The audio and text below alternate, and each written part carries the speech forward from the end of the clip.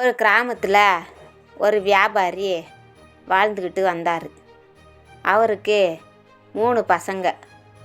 அவங்க 3 பேரும் எப்போவும் சண்டை போட்டுக்கிட்டே இருப்பாங்க. அந்த வியாபாரி எவ்வளவு முயற்சி செஞ்சும் அவங்கள ஒன்று சேர்க்க முடியலை.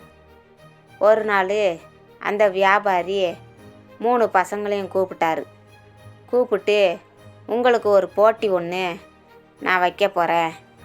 அதில் யார் ஜெயிக்கிறாங்களோ அவங்களுக்கு மிகப்பெரிய பரிசு காத்துக்கிட்டு இருக்கு அப்படின்னு சொன்னார்.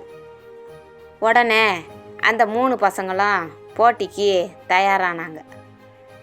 இந்த வியாபாரி அந்த 3 பசங்களுக்கு முன்னாடி ஒரு கரும்பு கட்டை கொண்டுட்டு வந்து வச்சார்.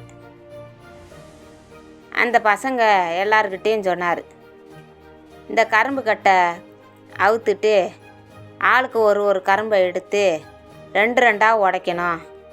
யார் உடைக்கிறான்னு பார்ப்போம் அப்படின்னு சொன்னார்.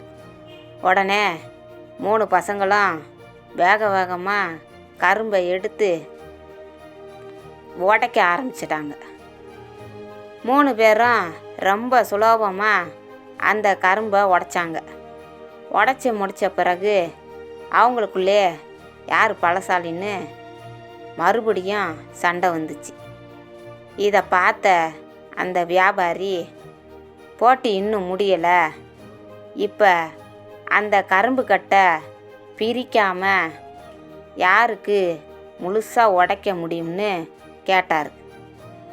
உடனே அந்த 3 பசங்களும் முயற்சி பண்ணி பார்த்தாங்க. உடைக்க முடியலை. அதில் கரும்பு பிரிஞ்சு உடைக்கும்போது வேகமாக உடைக்க முடிஞ்சது. ஆனால் இப்போ முடியலைன்னு ரொம்ப வருத்தப்பட்டாங்க. அப்போ தான் அந்த வியாபாரி பேச ஆரம்பித்தார். பார்த்தீங்களா, நீங்களும் இந்த கரும்பு மாதிரி தான். தனித்தனியாக இருந்தீங்கன்னா உடஞ்சி போயிடுவீங்க. ஆனால் மொத்தமாக ஒற்றுமையாக இருந்தீங்கன்னா உடையாமல் பலமாக இருப்பீங்க அப்படின்னு சொல்லி ஒற்றுமையை பலம்னு சொல்லி 3 பசங்களையும் ஒன்றா நட்பாக இருக்க சொன்னார். இதை கேட்ட அந்த 3 பேரும் இத்தனை நாளாக தனித்தனியாக இருந்ததை நினச்சி அந்த பசங்க 3 பேரும் ரொம்ப வருத்தப்பட்டாங்க.